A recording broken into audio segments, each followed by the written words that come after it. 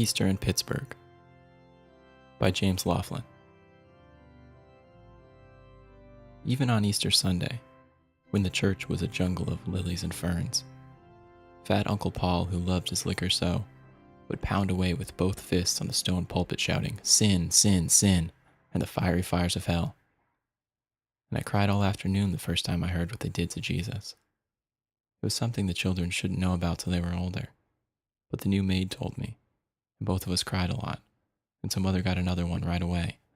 And she sent away Miss Richardson, who came all the way from England, because she kept telling how her fiancé, Mr. Bowles-Lyon, died suddenly of a heart attack. He just said one day at lunch, "I'm afraid I'm not well." And the next thing they knew, he was sliding under the table. Easter was nice. The eggs were silly, but the big lilies were wonderful.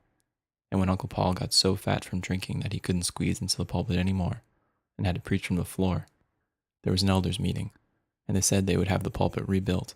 But Uncle Paul said no. It was the Lord's manifest will, and he would pass his remaining years in sacred studies. I liked Thanksgiving better because that was the day Father took us down to the mills. But Easter I liked next best.